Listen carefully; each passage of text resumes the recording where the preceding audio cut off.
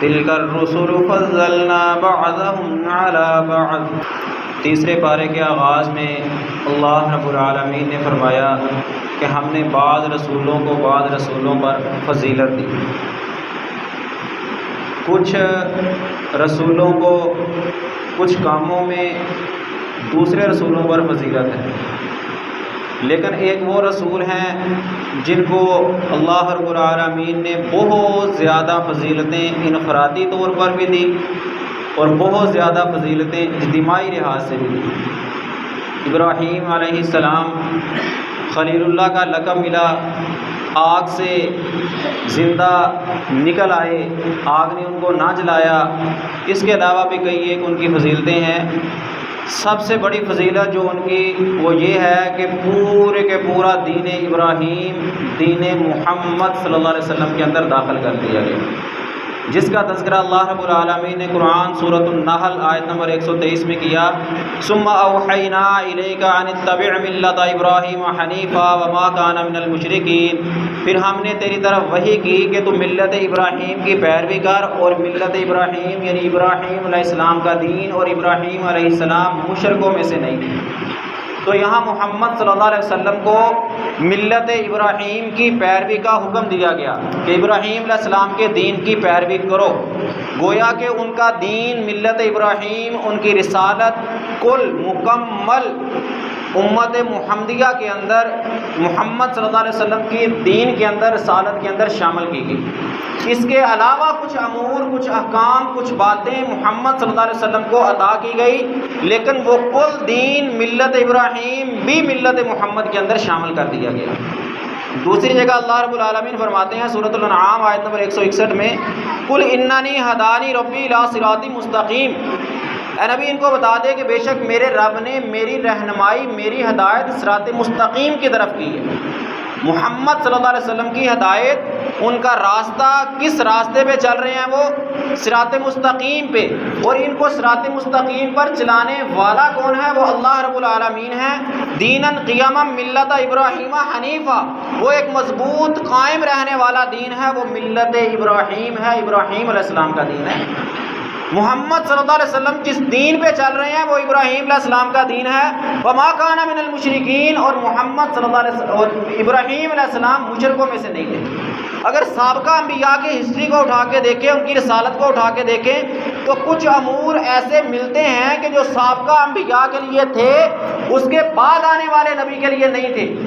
کچھ احکام ہوتے تھے، کچھ نہیں ہوتے تھے، مشترک ہوتے، کچھ مشترک نہ ہوتے، لیکن یہ ملت ابراہیم مکمل طور پر یہ فضیلت ہے ابراہیم علیہ السلام کی، اور ابراہیم علیہ السلام کے دین کی فضیلت ہے کہ مکمل کا مکمل دین محمد صلی اللہ علیہ وسلم کے لیے اسوہ حسنہ بنایا گیا، چلنے کا حکم دیا گیا، بلکہ اسی دین کو ملت ابراہیم کو صراط مستقیم قرار دیا گیا، دیناً قیما ملت ابراہیم قرار دیا گیا۔ یہ مضبوط قائم رہنے والا دین، صراط مستقیم پہ لے جانے والا دین، جنت پہ جانے والا دین، جنت کا راستہ یہی ملت ابراہیم ہے، ابراہیم علیہ السلام کا دین ہے۔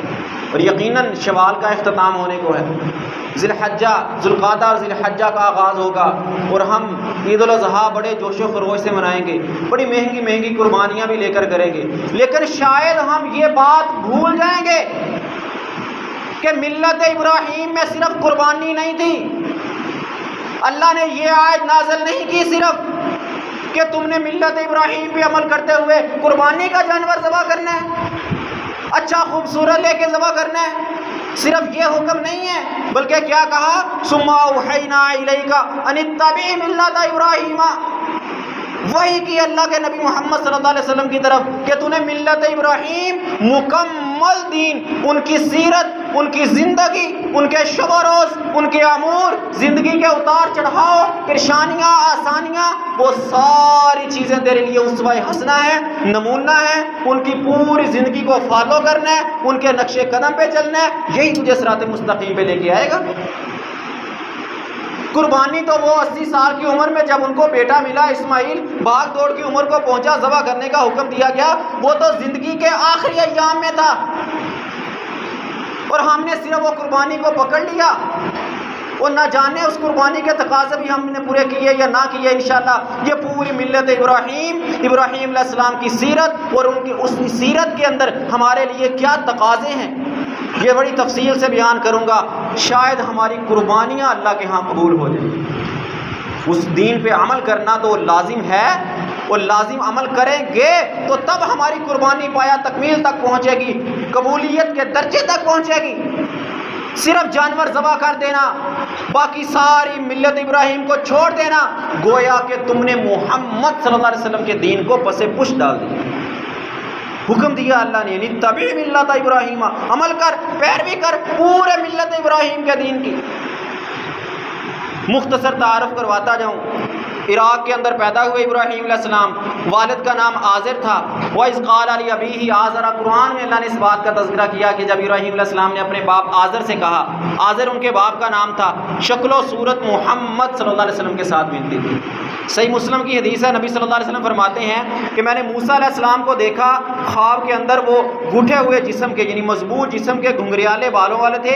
کأنہم من رجال شنوء, آتا گویا کہ وہ شنوء قبیلے کے آدمیوں جیسے لگتے تھے. عیسیٰ علیہ السلام کو میں نے دیکھا اقرب الناس بہ شبہا عروہ بن مسعود الثقفی, وہ عروہ بن مسعود الثقفی کی شکل کے زیادہ قریب لگتے تھے عیسیٰ علیہ السلام. اور میں نے ابراہیم علیہ السلام کو دیکھا قام یصلی, ابراہیم علیہ السلام کھڑے نماز پڑھ رہے تھے. پہلی خصوصیت ابراہیم علیہ السلام کی کہ میں نے ان کو خواب میں دیکھا, وہ ابراہیم علیہ السلام کھڑے نماز پڑھ رہے تھے, ان کو نماز کی حالت میں دیکھا. اشبہ الناس بہ صاحبکم, یعنی نفسہ, وہ تم میں سب سے زیادہ شکل کے اعتبار سے مشابہت رکھتے تھے تمہارے ساتھی جیسے. اپنے آپ کو مراد لے رہے تھے کہ وہ نبی محمد صلی اللہ علیہ وسلم کی شکل کے مشابہ تھے. ان کو خلیل اللہ کا لقب ملا, ان کو خاتم النبیین کا لقب ملا. ان کی سیرت کو اٹھا کے محمد صلی اللہ علیہ وسلم کی سیرت کے اندر انسٹال کر دیا گیا کہ پوری سیرت ملت ابراہیم تم نے اس کو فالو کرنا ہے. اس کے ساتھ کچھ اور احکام بھی بتا دیے گئے. اور ابراہیم علیہ السلام کی شکل نبی محمد صلی اللہ علیہ وسلم کی شکل کے ساتھ ملتی تھی. کہا نا صحابہ نے کہ ہم 14ویں کے چاند کو دیکھیں تو نبی کا مکھڑا اس سے زیادہ خوبصورت دکھائی دیتا تھا, تو یقیناً یوں کہہ دو تو غلط نہیں ہوگا کہ ابراہیم علیہ السلام کا چہرہ چاند سے زیادہ خوبصورت تھا. شکل ایک تھی, شکل و صورت, جسامت دونوں کی ایک تھی. بچپن ابراہیم علیہ السلام کا بڑا انوکھا بچپن تھا. ہم نے بھی بچپن گزارا, ہمارے بچے بھی بچپن گزار رہے ہیں. نہ جانے ہم نے ان کو کس سوچ پہ لگایا, کس فطرت پہ لے آئے. یہی تو نبی محمد صلی اللہ علیہ وسلم نے کہا تھا نا, کل مولود یولد علی فطرت الاسلام, ہر بچہ فطرت اسلام پہ پیدا ہوتا ہے. ابراہیم علیہ السلام, انبیاء بھی فطرت اسلام پہ پیدا ہوئے. فطرت اسلام پہ پیدا ہوتا ہے ہر بچہ. ہم بھی فطرت اسلام پہ پیدا ہوئے تھے. ہمارے گھروں میں پیدا ہونے والے مذکر مؤنث بچے بھی فطرت اسلام پہ پیدا ہوتے ہیں. ہم بڑے جوش سے کہتے ہیں آج ہم نے 10 ذوالحجہ کو, 11, 12, 13 کو سیرت ابراہیم پہ عمل کرتے ہوئے قربانی کا جانور ذبح کیا. کیا تو نے کبھی سوچا سیرت ابراہیم, ان کا بچپن کیسا گزرا؟ کیا ان کی سوچ رزق کمانے کی تھی؟ کیا ان کی سوچ ڈگریوں کا حصول تھی؟ معاشرے میں اچھا مقام حاصل کرنا تھا, اچھا کاروبار, آگے پیچھے نوکر چاکر, یہ حصول تھا ابراہیم علیہ السلام کا؟ کیا جنت کی فکر تھی؟ یا رب کو پہچاننے کا طریقہ معلوم کر رہے تھے؟ ہم نے اپنے بچوں کو کیا سوچ دی؟ کیا ہم نے بچہ ذہن کا کچا کہہ کے چھوڑ دیا؟ تو سن ابراہیم علیہ السلام کا بچپن کیا تھا. بچہ ذہن کا کچا نہیں ہوتا. میں اکثر کہا کرتا ہوں بچہ ذہن کا پکا ہوتا ہے. جو دیکھے گا وہ کرے گا, اس پہ بات اثر نہیں کرتی. بات چل پڑی, ایک بات بتاتا جاؤں, اگر تم نے اپنے بچوں سے کوئی بات منوانی ہے, بچہ نہیں مان رہا, زبان استعمال کرنا چھوڑ دے, فعل استعمال کر, کام کر, جو اس سے کروانا چاہتا ہے اس کے سامنے کر کے دکھا, پریکٹیکل لائف میں آ. رب کعبہ کی قسم اٹھا کے کہتا ہوں تیرا بچہ تجھے فالو کرے گا. خود کر, جو اس سے کروانا چاہتا ہے وہ خود کر, خود کرے گا تو وہ بھی کرے گا. تو خود نہیں کر رہا, زبان سے کہتا رہ, لاکھ مشورے دے, فوائد بتا, جو مرضی کر, تیرا بچہ شاید اللہ ماشاءاللہ مان لے ورنہ نہیں مانے گا. تو ابراہیم علیہ السلام کا بچپن سورۃ الانبیاء آیت نمبر 51, وَلَقَدْ آتَيْنَا إِبْرَاهِيمَ رُشْدَهُ مِنْ قَبْلُ وَكُنَّا بِهِ عَالِمِينَ. ہم نے ابراہیم علیہ السلام کو سمجھداری دی. رشد دی، ہدایت دی، ہم یہ کہہ دیں کہ اللہ کہتا ہے میں نے دی تھی نا اس کو، تو ہمیں پتہ نہیں اللہ نے دی کہ نہ دی۔ پہلی دلیل کل مولود یولد علی فطرت الاسلام، جس طرح ابراہیم علیہ السلام فطرت اسلام پہ پیدا ہوئے تھے، رب نے سوچنے سمجھنے کی، تفکر و تدبر کی سمجھ عطا کی تھی، سوچ عطا کی تھی، دل و دماغ عطا کیا تھا، وہ ہمیں بھی عطا کیا ہے۔ لیکن ہم کہتے ہیں ہمیں تو ماحول نہیں ملا، ہمارا تو ماحول ایسا تھا، گھرانہ ایسا تھا، والدین ایسے تھے، سب جاہلیت میں تھے، تو ابراہیم علیہ السلام کا گھرانہ کیا سلجھا ہوا تھا، توحید پرست تھا، اللہ کی عبادت کرنے والے تھے؟ نہیں، اللہ کہتا ہم نے اس کو سمجھداری دی، وَكُنَّا بِهِ عَالِمِينَ، ہم جاننے والے تھے، ہمیں پتا تھا کہ اس گھرانے میں بچہ پیدا ہوگا، ابراہیم اس کا نام رکھا جائے گا، رب نے نہیں رکھا، رکھا جائے گا، اس کا نام ہوگا، ہم عالمین جاننے والے تھے، بچہ آئے گا، پیدا ہوگا، سمجھداری رکھتا ہوگا، فطرت اسلام پہ ہوگا، آباء و اجداد کے دین پہ تفکر و تدبر کرنے والا ہوگا، سوچنے والا ہوگا، یہ کیا کر رہے ہیں، آ رہے ہیں تو کیوں آ رہے ہیں، کہاں جا رہے ہیں، کیا کرنے جاتے ہیں، یہ سوچ لے کے پیدا ہونے والا ہوگا۔ یوں کہہ دوں تو غلط نہیں ہے، ہر بچہ یہ سوچ لے کے پیدا ہوتا ہے۔ 1.5-2 سال کا بچہ، کتنے ایسے بچوں کی میں مثالیں دے سکتا ہوں، 1.5-2 سال کا بچہ، اس کو نہیں پتا ہوتا میں نے کیا کرنا ہے۔ ایک چھوٹی سی مثال دے دوں، اگر ہماری گھر کے اندر اردو بولی جاتی ہے تو وہ بھی اردو بولے گا، اگر پنجابی بولنے والے ہیں تو وہ بھی پنجابی بولے گا نا، اگر ہم سرائکی، انگلش، کوئی اور زبان بولنے والے ہیں تو وہ وہی دیکھے گا، وہی کرے گا، وہی سیکھے گا، جو ہم اس کو دیں گے وہ وہی کرے گا۔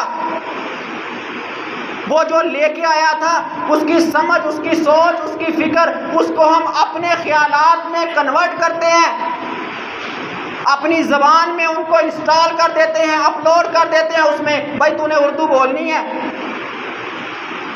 لیکن پھر کتنے ایسے بچے ہوتے ہیں جو والدین سے پوچھتے ہیں نا، پاپا یہ ایسے کیوں ہے، یہ تم نے کیوں کیا، ہم وہاں کیوں جا رہے ہیں، یہ ہمارا کیا لگتا ہے؟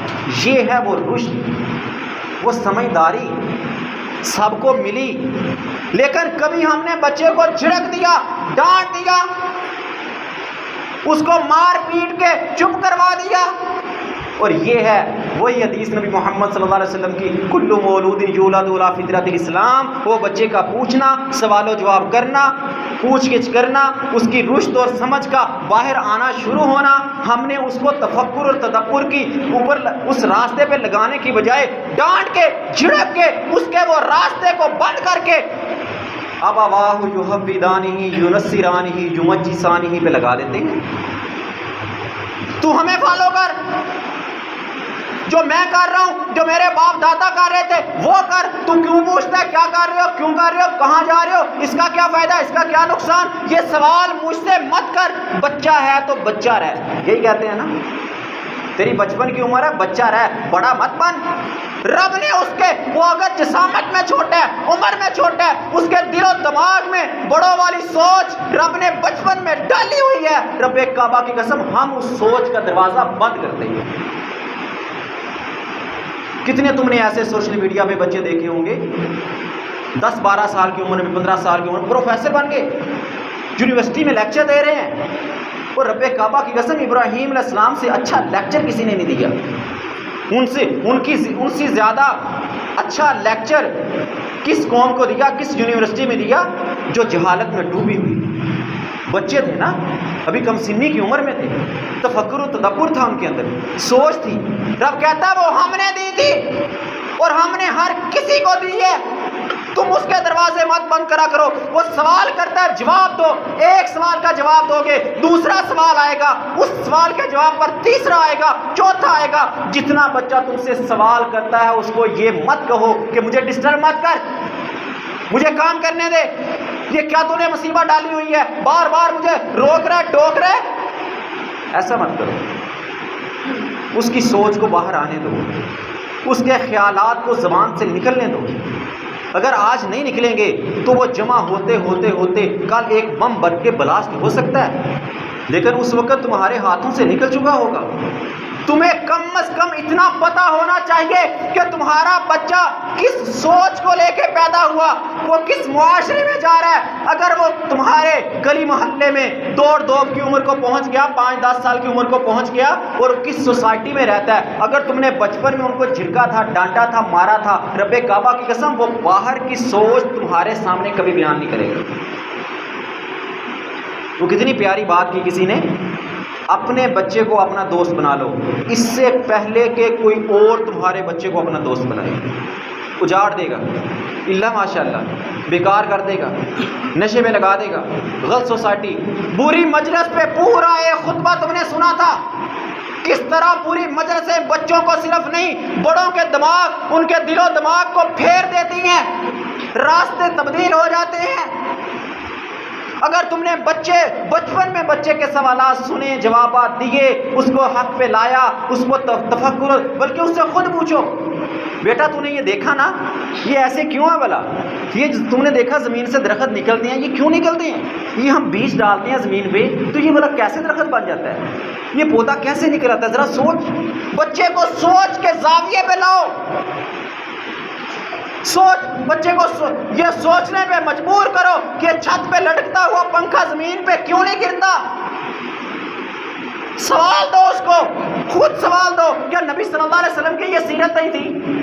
وہ صحابہ سے کچھ پوچھتے، وہ کیا تم جانتے ہو یہ کیا ہے، کیا تمہیں اس بات کا علم ہے کہ یہ کیا ہے؟ کتنی ایسی احادیث ملتی ہیں، سوال پوچھتے تھے نبی محمد صلی اللہ علیہ وسلم، اپنے صحابہ سے، اپنے شاگردوں سے سوال پوچھا کرتے تھے۔ تم بھی پوچھو اپنے بچوں سے، بچہ سوال کرے تو ضرور جواب دو، اور خود اس سے پوچھا کرو کہ بچہ یہ ایسے کیوں ہے، ذرا سوچ کے جواب دے مجھے، کیوں ہے ایسے کیوں ہوتا ہے؟ تو نے دیکھا کبھی سورج یہاں سے نکلتا ہے، کبھی سورج وہاں سے نکلتا ہے، یہ دونوں مشرق تبدیل کیوں ہو رہے ہیں، کبھی تو نے سوچا؟ سردیوں میں سورج وہاں سے گزر جاتا ہے، گرمی میں سورج یہاں سے گزرتا ہے، بچے کیوں گزرتا ہے، کبھی تو نے سوچا؟ یہ زاویہ دو سوچ کا بچے کو، وہ تم سوچ کا زاویہ دو گے وہ تمہارے قریب آئے گا، تمہارے ساتھ اس کا پیار محبت بڑھے گا۔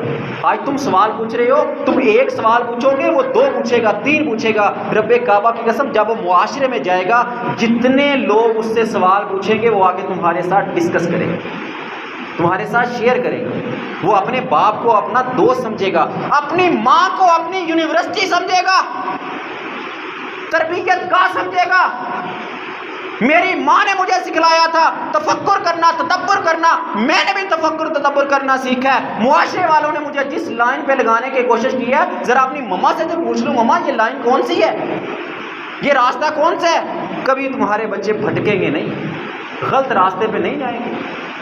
یہ ہے اللہ تعالیٰ کہتے ہیں وَكُنَّا بِهِ عَالِمِينَ، ہم جاننے والے تھے کہ ہم نے ابراہیم علیہ السلام کے اندر رشد، رہنمائی، ہدایت کا راستہ اپلوڈ کیا ہوا ہے، اور كُلُّ مَوْلُودٍ يُولَدُ عَلَىٰ فِطْرَةِ الْإِسْلَام، ہر بچے کے اندر اللہ نے ہدایت کا، اسلام کا راستہ اپلوڈ کر کے بھیجا تھا۔ ہم نے اس کے سوچ کے زاویے بدل کر کے اپنے معاشرے کے سارے نقطے اس کے اندر اپلوڈ کر دیے، پھر ہم کہتے ہیں بچہ خراب ہو گیا، وہ ہم ہیں خراب کرنے والے، معاشرہ نہیں ہے۔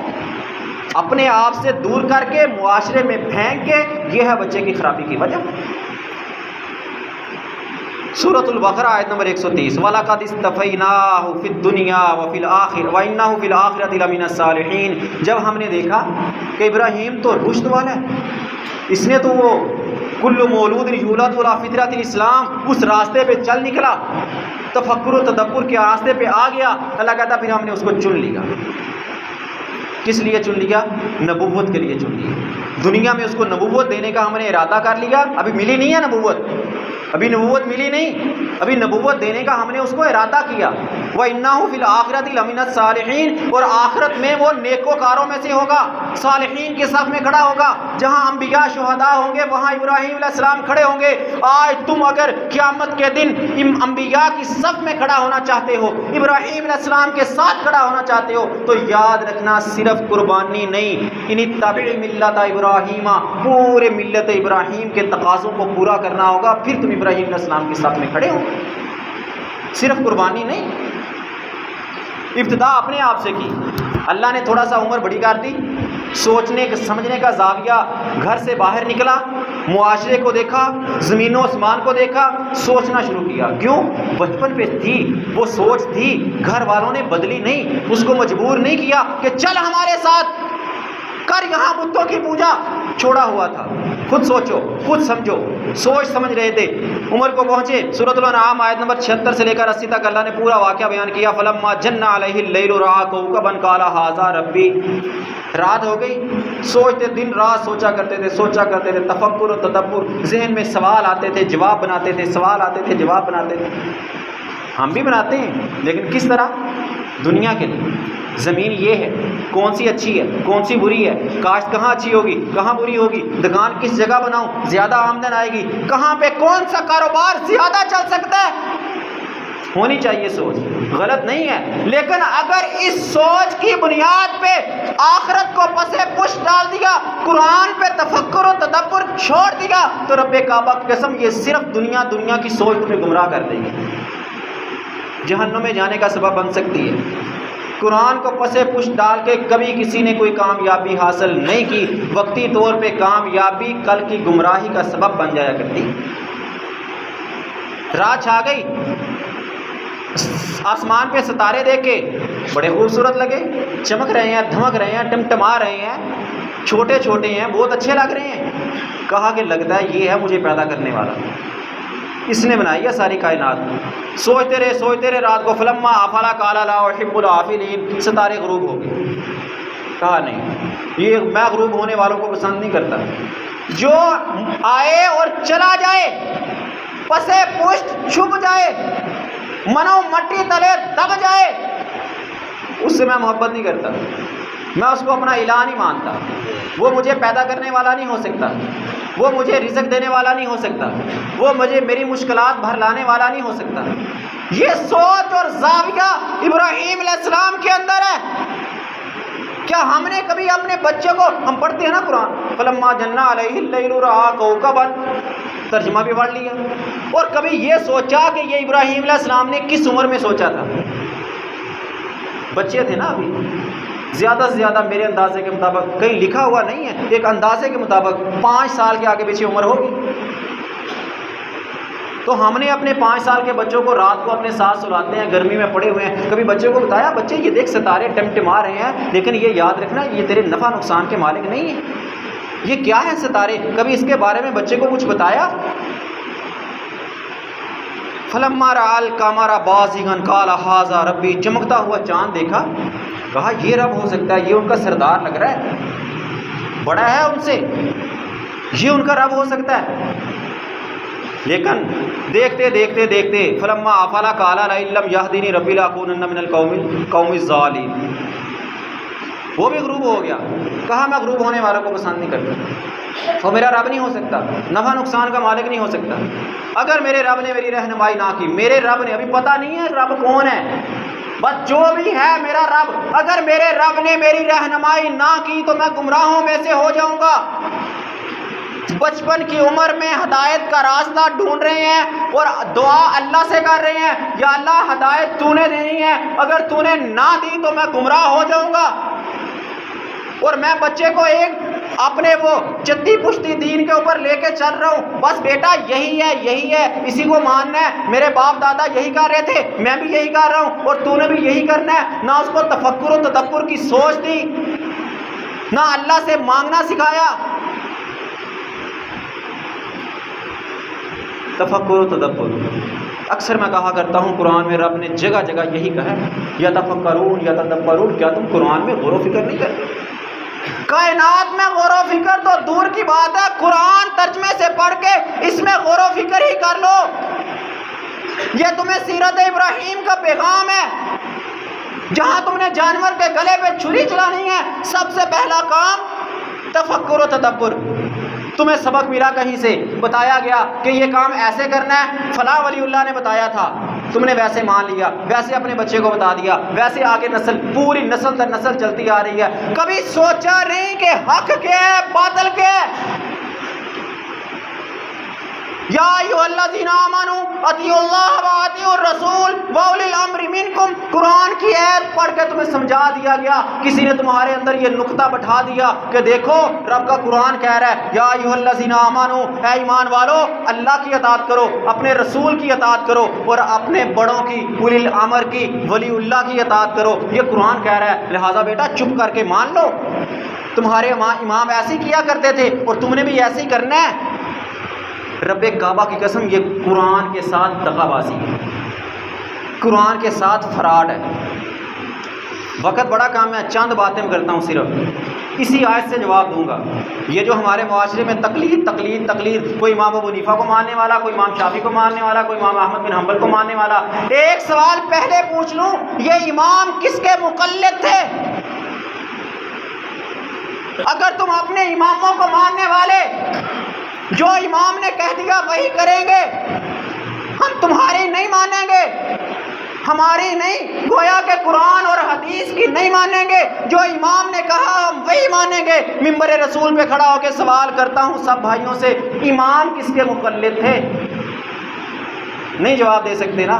سنو رب کا قرآن، یا ایھا الذین آمنوا اطیعوا اللہ واطیعوا الرسول واولی الامر منکم۔ مقلدین کی سب سے بڑی دلیل، میں تو مقلدین نہیں، ان کو غیر مقلدین کہتا ہوں، یہ بھی بتا کے جاؤں گا آج۔ سب سے بڑی دلیل ہے اللہ کی اطاعت کرو، رسول کی اطاعت کرو، اپنے بڑوں کی اطاعت کرو۔ او بھائی، یہاں اولی الامر جمع کا صیغہ ہے، پہلا جواب دینے لگا ہوں، دھیان سے سننا۔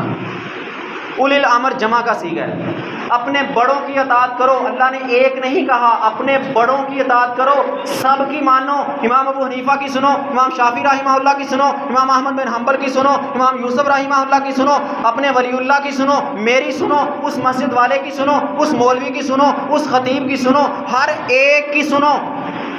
کیا ہوگا؟ اختلاف، جھگڑا، کچھ یہ کہتا ہے کچھ وہ کہتا ہے، ہم کیا کریں، ہم تو پاگل، ہم تو یہ کہتے ہیں۔ تو بھائی دنیا میں بھی تو ایسے ہی تھا نا، کوئی کہتا تھا فلاں کمپنی کا بیج ڈال، کوئی کہتا تھا نہیں فلاں کمپنی کی سپرے کر، وہ کہتا تھا نہیں ایسے کر ویسے کر۔ کیا وہاں تو نے فیصلہ کر لیا تھا؟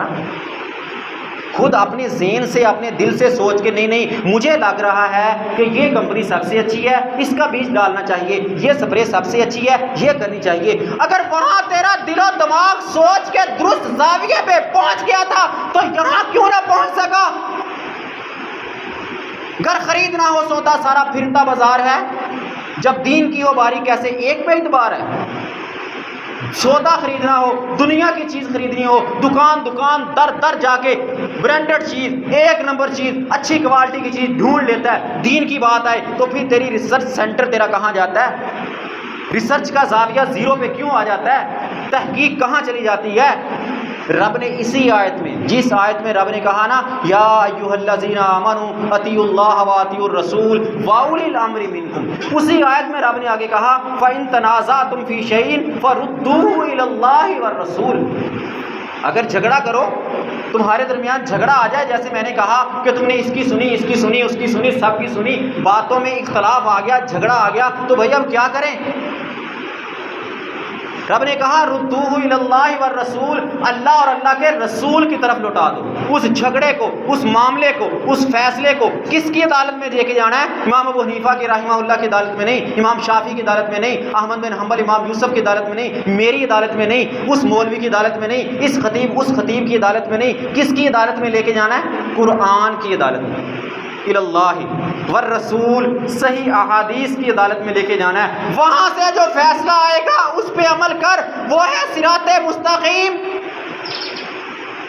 وہ حدیث جامع ترمذی کی جس میں نبی صلی اللہ علیہ وسلم نے کہا تھا میری امت کے 73 فرقے بنیں گے، 72 جہنم میں جائیں گے، ایک جنت میں جائے گا۔ صحابہ نے پوچھا کون سا فرقہ؟ کہا ما انا علیہ و صحابی، جس پر میں محمد صلی اللہ علیہ وسلم چل رہا ہوں اور جس پر میرے صحابہ چلیں گے وہ ہے۔ یہ نہیں کہا کہ جس پر میں چل رہا ہوں، جس پر 4 امام چلیں گے وہ جنت میں جائے گا، یہ تو نہیں کہا۔ ما انا علیہ و صحابی نبوت والی زبان کے لفظ ہے۔ میں ساری زندگی یہ کہتا رہا ہوں نہیں نہیں نہیں میرا امام یہ کہتا ہے، میں تو مقلد ہوں، تم تو غیر مقلد ہو۔ او بھائی میں مقلد ہوں، میں مقلد ہوں نبی محمد صلی اللہ علیہ وسلم کا، میں مقلد ہوں صحابہ رضوان اللہ علیہ اجمعین کا۔ کیوں؟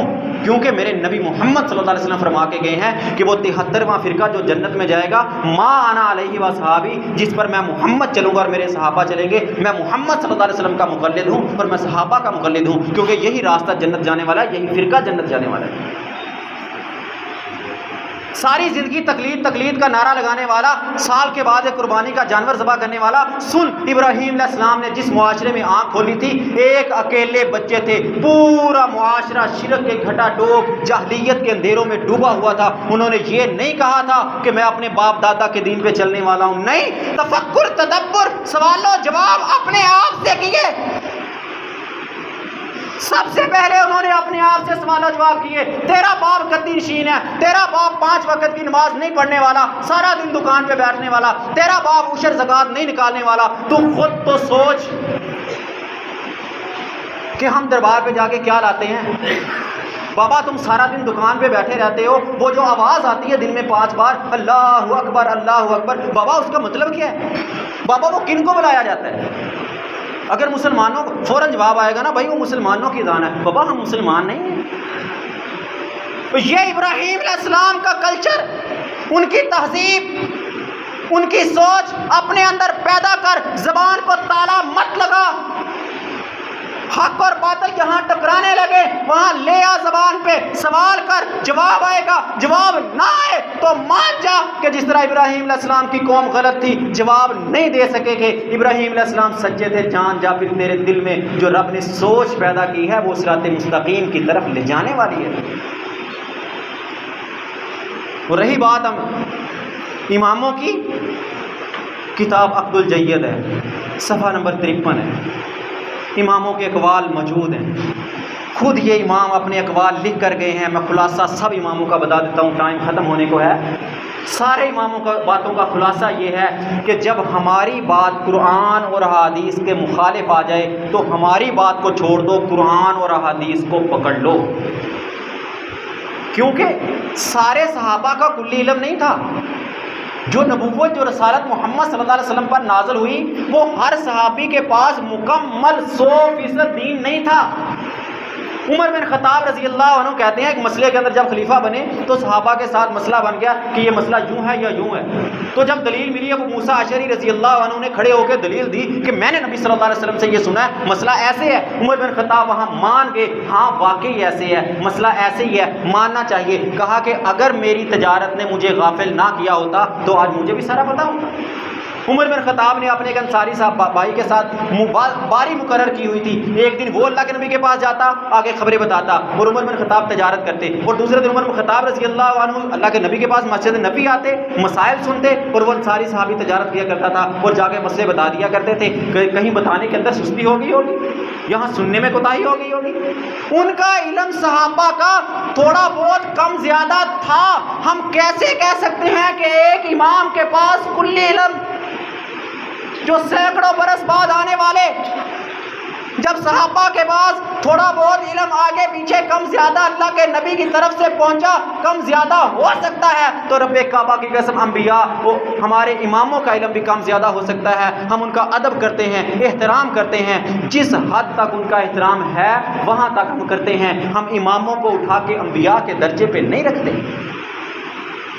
ہم مقلد ہیں محمد صلی اللہ علیہ وسلم کے، ہم مقلد ہیں صحابہ رضوان اللہ علیہ اجمعین کے، کیونکہ ہماری دلیل ما انا علیہ صحابی، وہ راستہ جنت جانے والا جس پر میں اور میرے صحابہ تھے. یہ ہے سیرت ابراہیم علیہ السلام کی. یتفکرون یتدبرون، تفکر کرو، تدبر کرو. اور جب ابراہیم علیہ السلام نے فلما رأى الشمس بازغة هذا ربي هذا اکبر فلما افلت قال یا قوم انی بریء مما تشركون. دن چلا، سورج کو دیکھا، بڑا چمکدار، بڑا سورج تھا. هذا اکبر، یہ تو سب سے بڑا ہے، یہ میرا رب ہو سکتا ہے. ہمارے معاشرے میں آج اس دربار میں گیا، مراد پوری ہو گئی، پھر گیا نہ ہوئی، کسی نے بتایا بھائی یہ تو چھوٹا پیر ہے، وہ فلاں دربار پہ جا، وہاں گیا، ایک بار دو بار فائدہ ہو گیا، تیسری بار نہیں یہ بھی چھوٹا ہے، وہاں گیا. وہی بات ستاروں کو دیکھا، چاند کو دیکھا، سورج کو دیکھا. ہمارے معاشرے میں دیکھ لو، آج یہ دربار، کل یہ دربار، پھر یہ دربار، بے ولی اللہ، وہ ایسے کرتے کرتے سارا کچھ آخر میں ہم کیا کہتے ہیں؟ بھائی یہ تو سارے جھوٹے ہیں. تو ابراہیم علیہ السلام نے بھی یہی کہا تھا، لا احب العافلین، میں تو غروب ہونے والوں کو پسند نہیں کرتا. اچھا، غروب ہونے والوں سے بات نکل پڑی. غروب ہونا کس کو کہتے ہیں؟ پس پردہ چھپ جانا. ستارے نکلے، سورج کی روشنی میں دب گئے. چاند نکلا، سورج کی روشنی نکلی، دب گیا. سورج نکلا، رات کی تاریکی چھائی، سورج کی روشنی جو اتنی تیز شدت کی تھی وہ بھی دب گئی. دنیا میں آیا، 60 70 80 90 100 سال زندگی گزاری، موت کا پیغام آیا، مٹی میں دب گیا، آفلین میں سے ہے، غروب ہو گیا۔ ابراہیم علیہ السلام نے یہی کہا تھا نا کہ میں غروب ہونے والوں کو اپنا رب نہیں مانتا۔ دنیا میں انسان آئے، پس پردہ چھپ جائے، رب کا قرآن سورۃ المومنون اس کو پس پردہ کہہ رہا ہے، آیت نمبر 100، وَمِن وَرَائِهِمْ بَرْزَخٌ إِلَىٰ يَوْمِ يُبْعَثُونَ، سانسیں کٹ جانے کے بعد تمہارے اور اس کے درمیان ایک پردہ ہے، وہ غروب ہو گیا، اس پردے کے پیچھے چھپ گیا۔ ابراہیم علیہ السلام کی سیرت کہہ رہی ہے کہ میں غروب ہونے والوں کو پسند نہیں کرتا، ان کو اپنا رب نہیں مانتا۔ میں کیسے دنیا میں اچھا بڑا ولی اللہ، نیک پارسا، صالح، نمازی، تہجد گزار، صدقہ کرنے والا، ہر سال حج عمرے کرنے والا تھا، بڑا نیک تھا، لیکن آفلین میں سے ہے، غروب ہونے والوں میں سے ہے، چھپنے والوں میں سے ہے، زمین میں دب جانے والوں میں سے ہے۔ رب کہتا ہے من وراء برزخ، پردے کے پیچھے آنے والوں میں سے ہے۔ تو رب کعبہ کی قسم ابراہیم علیہ السلام کی سیرت تجھے یہ پیغام دے رہی ہے کہ صرف جانور کے گلے پہ چھری چلانا نہیں، بلکہ چھپ جانے والوں کو کبھی اپنا رب نہ ماننا، کبھی ان سے جا کے رزق اور اولادیں نہ مانگنا، کبھی ان کے سامنے اپنی پیشانی مت ٹکانا، کبھی ان کے سامنے جھکنا بھی نہیں ہے۔ پیشانی ٹکانا بڑی دور کی بات ہے، جھکنا بھی نہیں ہے، رکوع میں بھی نہیں جانا، ان سے زبان کھڑے سیدھے کھڑے ہو کے، اکڑ کے کھڑے ہو کے بھی زبان کے ساتھ ان سے کچھ نہیں مانگنا، دل و دماغ میں ان کے لیے یہ عقیدہ نہیں رکھنا کہ یہ تیرے لیے کچھ نفع نقصان کے مالک ہیں، تو سارا سال نہیں جاتا، تیرا بڑا اچھا عقیدہ ہے، توحید پرست ہے، تجھے کسی نے کہہ دیا کہ یہ جو تیرے جانور مر گئے ہیں نا، وہ بابا جو تھا نا، تو وہاں سے گزرا تھا، دربار پہ حاضری نہیں نہ دے کے آیا تھا، اس بابے کی وجہ سے اس نے بد دعا کی، تیرے جانور مر گئے، تو نے مان لیا ہاں واقعی بابے نے تیرے جانور مار دیے۔ جو مٹی کے نیچے دبا ہوا ہے، جو آفلین میں سے ہے، جو پردے کے پیچھے چھپا ہوا ہے، جن کو ابراہیم علیہ السلام نے اپنا رب نہیں مانا تھا، اگر تیرا یہ عقیدہ ہے تو مشرک ہے، شرک کرنے والا ہے، ابراہیم علیہ السلام کے دین پہ نہیں ہے۔ ایک نہیں، ہر سال نہیں، ہر مہینے نہیں، ہر دن قربانی کا جانور ذبح کرتا رہے، ہر دن قربانی صدقے دیتا رہے، رب کے ہاں تیری قربانی ردی کی ٹوکری میں جا رہی ہے۔ اگر مشرک ہے، لئن اشرکت لیحبطن عملک، میری بات نہیں ہے، رب کا قرآن ہے، رب نے نبی محمد صلی اللہ علیہ وسلم کو پکار کے کہا تھا، اے نبی اگر تو نے شرک کیا، اے نبی اگر تو نے شرک کیا، شرک کہتے ہیں اللہ پلس غیر اللہ، 5 وقت کی نماز، حج، روزے، زکوٰۃ، صدقات سب کچھ جا رہا ہے، اور اس کے ساتھ قبر پہ سال کے بعد ایک بکرا بھی جا رہا ہے، قربانی کا بکرا بھی ذبح ہو رہا ہے، اور سال کے بعد ایک دیگ بریانی کی قبر پہ بھی جا رہی ہے، ان مریدوں کے لیے بھی جا رہی ہے۔ بابا تو نہیں کھاتا، وہ تو آفلین میں سے ہے نا، وہ تو اپنے رونے والے بچوں کو چپ نہیں کروا سکا، تمہیں خاک نفع نقصان کا مالک ہوگا، وہ تو اپنے آپ کو منو مٹی تلے دبانے سے نہیں رکھ سکا، بچا سکا، چند منٹ چند گھنٹے اور باہر رہ جاتا تو ایسی سمیل پیدا ہوتی اس میں سے کہ لوگ اس کو چھوڑ کے ویسے ہی بھاگ جاتے ہیں، وہ کیا خاک کھائے گا؟ اگر تم یہ کرنے والے ہو تو تم شرک کے ساتھ چل رہے ہو، اور اگر شرک کے ساتھ چل رہے ہو تو سن لو، میرا پیغام نہیں ہے، میرا اعلان نہیں ہے، رب رحمان کا اعلان ہے، لئن اشرکت لیحبطن عملک، اگر تو نے شرک کیا نبی تو ہم تیرے اعمال کو برباد کر دیں گے، ردی کی ٹوکری میں پھینک دیں گے، سب صفر کر دیں گے، ان کے اوپر قلم پھیر دیں گے، تیری ساری نیکیاں ضائع کر دیں گے۔ تو میں کس بات کی مولی ہوں؟ اگر میں نے شرک کیا تو کیا میری نمازیں، تہجد، عبادات، صدقات، خیرات سب اللہ قبول کر لے گا؟ ایک ہلکا سا شرک، ہلکی سی سوچ شرک کی پیدا کر لینا، اس کے اوپر اپنا زاویہ فٹ کر لینا، یہ تیرے سارے اعمال کو برباد کر سکتا ہے۔ اور آج کل ہماری جو صورتحال ہے، آخری بات کر کے اپنی بات کو ختم کروں، آج کل جو ہماری صورتحال ہے، سیاسی صورتحال پہ تھوڑی سی بات کر دوں، موضوع نہیں ہے لیکن دل چاہ رہا ہے۔ وہ جو ابراہیم علیہ السلام نے دیکھا رات کو، ستارے دیکھے، کہا یہ میرا رب ہے، چاند دیکھا، کہا یہ میرا رب ہے، سورج دیکھا، کہا یہ میرا رب ہے۔ شاید ہماری بھی کچھ ایسی سوچ بن گئی، اس پارٹی کو اوپر آتے دیکھا، کہا یہ ہماری سیاسی پارٹی ہے، تھوڑا سا پریشر آیا، دب گئی، چھوڑ کے اگلی میں آ گئے، تھوڑا سا ڈنڈا لگا، نیچے دب گئی، اس سے اگلی میں آ گئے، اس کا کلچ ٹائٹ ہوا، 2-4 گرفتاریاں ہوئی، بیان دے دیا میرا تو اس کے ساتھ کوئی تعلق نہیں ہے، اور رب کعبہ کی قسم تمہیں یہ کہہ دوں تو غلط نہیں ہے، تم حقیقت بتا رہا ہوں، تفصیل نہیں بتاؤں گا، حقیقت بتا رہا ہوں، یہ سارے کے سارے آفلین غروب ہونے والوں میں سے ہیں۔ کیوں؟ کیونکہ انہوں نے اسلام کو چھوڑا ہے۔ یہ میری بات یاد رکھنا، میں رہوں یا نہ رہوں یہ میری بات یاد رکھنا، تمہارے ملک کے اندر جو بھی سیاسی پارٹی آئے اسلام کو چھوڑ کے نعرہ لگائے غلبے کا، رب کعبہ کی قسم اٹھا کے کہہ سکتا ہوں وہ اس ملک میں کبھی نہ اسلام غالب کر سکتے ہیں، نہ تمہاری مہنگائی ختم کر سکتے ہیں، نہ تمہیں ترقی دے سکتے ہیں، نہ اس ملک میں امن لا سکتے ہیں، نہ اس ملک میں خوشحالی لا سکتے ہیں، کیونکہ رب نے قرآن میں اعلان کیا ہے کہ اگر تم نے سود کھایا، سود کا لین دین کیا تو ایسے ہے جیسے تم نے رب کے ساتھ اعلان جنگ کیا ہے، اور رب کے ساتھ اعلان جنگ کرنے والا کبھی کامیاب ہو سکتا ہے؟ ہاں، اگر تم اس ملک میں اسلام لانا چاہتے ہو تو اسلام کے ساتھ کھڑے ہو۔ الاسلام یعلو ولا یعلی علیہ، اسلام تمہیں توڑ پھوڑ کا نہیں کہتا، اسلام تجھے راستے میں جاتے ہوئے مسافروں کو تنگ کرنے کا، روڈ بلاک کرنے کا حکم نہیں دیتا۔ تم کن سیاسی پارٹیوں کے ساتھ کھڑے ہو کے وہ ابراہیم علیہ السلام کی سیرت سے پسے پش جا رہے ہو؟ انہوں نے بھی یہی کہا تھا، آج اس کو دیکھا، اس کو دیکھا، اس کو دیکھا، یہ روشن ہے، یہ چمک رہی ہیں، یہ بڑا بڑا ہے، اس کی بڑے بڑے لفظ ہیں، گویا کہ لوگوں نے اپنے سیاسی لیڈروں کو اپنا رب بنا لیا ہے۔ غلط تو نہیں کہا میں نے؟ کیوں؟ اس نے سیاسی لیڈر نے بیان دے دیا، بس جی میرے لیڈر نے یہ بیان دیا، اب ایسے ہی ہوگا، ایسے ہی ہے۔ اور بھائی رب نے تجھے دماغ دیا ہے، رب نے تجھے سینے کے اندر مضبوط پسلیوں کے اندر ایک دل دیا ہے۔ ذرا سوچ، اگر بھری مجلس میں عمر بن خطاب سے سوال ہو سکتا تھا نا کہ یہ تو نے سوٹ کیسے بنا لیا؟ پوچھا تھا نا عورت نے کہ سب کو ایک ایک چادر ملی ہے، تجھے ایک چادر ملی، تیرا تو قد بھی بڑا ہے، تو نے کیسے بنا لیا؟ تو بھائی تو بھی پوچھ سکتا ہے اپنے لیڈر سے کہ تم نے یہ بات کی ہے، اس کا مطلب کیا ہے؟ تم نے کیا نبی صلی اللہ علیہ وسلم کے مخالف بات تو نہیں کی؟ کیا تیرا لیڈر تجھے اپنے پاس جانے کی اجازت دیتا ہے؟ کیا سوال و جواب کرنے کا موقع دیتا ہے؟ اگر نہیں دیتا تو یاد رکھنا اس لیڈر میں کچھ کوتاہیاں ہیں، کچھ کمیاں ہیں، وہ اسلام نہیں مفاد کے لیے لڑ رہا ہے۔ کچھ باتیں بڑی لوگوں کو بڑی سخت لگیں گی، میں نے پہلے کہہ دیا، میں رہوں یا نہ رہوں یہ بات یاد رکھنا، اسلام کی مخالفت کر کے، اسلام کو پسے پش ڈال کے کتنے لوگوں کو کتنی بار موقع ملا اس ملک میں آنے کا؟ کتنی بار حکومتیں ملی؟ کچھ کو کئی سال، کچھ کو چند سال۔ کیا کسی نے اسلام کو نافذ کرنے کی کوشش کی یا صرف کھوکھلے نعرے تھے؟ کوئی ایک قانون اسلام کا بنایا کہ ہم یہ قانون ختم کرتے ہیں کیونکہ یہ اسلام کے مخالف ہے، یہ چور کی سزا آج کے بعد یہ ہوگی، ڈاکو کی یہ ہوگی، زانی کی یہ ہوگی، سود کو ختم کرنے کے لیے ہم یہ کر رہے ہیں، یہ پروگرام لانچ کر رہے ہیں، یہ سود کا خاتمہ ہوگا، یہ قوانین ہم اسلام والے لے کے آ رہے ہیں؟ کیا کبھی کسی نے ایسے؟ نہیں نہ کیا۔ جب اقتدار چھوٹا تو پھر طرح طرح کے پروپوگنڈے، طرح طرح کے بہانے، او بھائی یہ سب آفلین پسے پوچھ جانے والے ہیں، رب کا قہر پلنے والا ہے۔ رب کہتا ہے جب میں کسی قوم کو ہلاک کرنا چاہتا ہوں نا، رب نے قرآن میں کہا میں ان کے بڑے بڑے سرداروں سے، بڑے بڑے لوگوں سے جرم کرواتا ہوں۔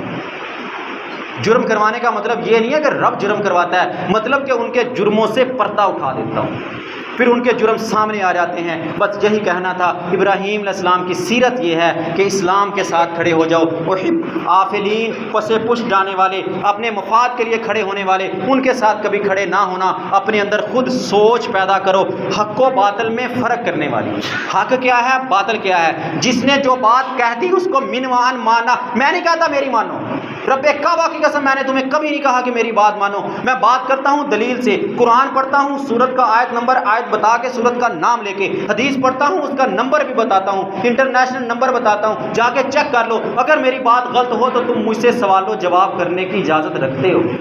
اگر میری بات قرآن کے مطابق آئے، حدیث کے مطابق آئے، تو رب کعبہ کی قسم تم سے پہلے میں عمل کروں گا، اس کے بعد تمہیں بھی عمل کرنا ضروری ہے۔ اللہ تعالیٰ میں حق بات کو سمجھ کے عمل کرنے کی توفیق عطا فرمائے۔ وما علیہ الا البلاغ۔